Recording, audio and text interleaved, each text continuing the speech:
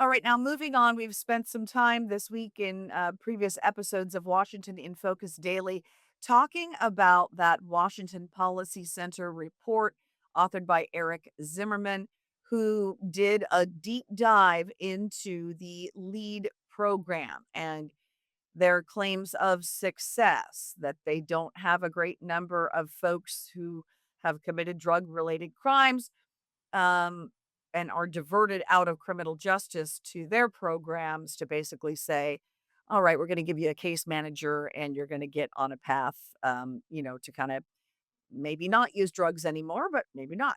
We're going to give you a house or at least shelter, a taxpayer expense, and lots of other taxpayer funded pieces to kind of get that person out of the life of crime that is related to their addiction. But LEAD has provided supposed evidence and numbers since their inception some 11 years ish ago. And WPC really broke that down and did a deep dive into their numbers and even got LEAD to admit this week. And we shared that with you that, oh, we were kind of misrepresenting some of our numbers so far as success goes. This is something that Seattle Police Guild President Kent Loux has been talking about for quite some time. They have a real problem with LEAD because the police officers encounter somebody who's committed a drug crime, right, on the streets. And then instead of seeing that person forced into the criminal justice system and held to account for whatever crime they've committed related to their addiction, they are handed off to LEAD. And then this person often ends up just repeating the cycle over and over again. So I asked SPOG President Kent Liu for his reaction about Washington Policy Center's report. So the whole point of law enforcement being the first interaction is that typically there is some sort of a crime, right? And I understand people's um, disagreement with that, right? That we're criminalizing it. Well, it is a crime, right? It is on the books.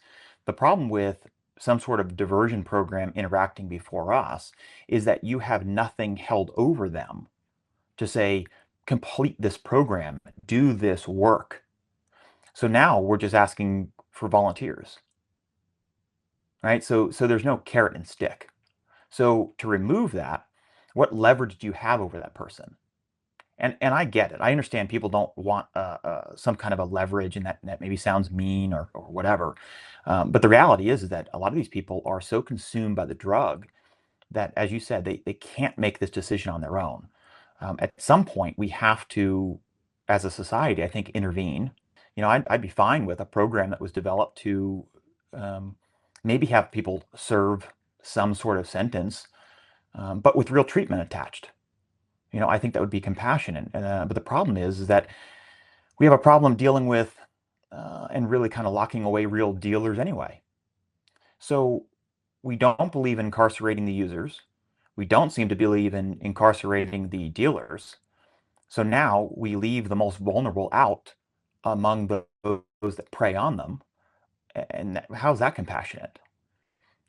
We are dealing with, the analogy I've kind of used in the past personally.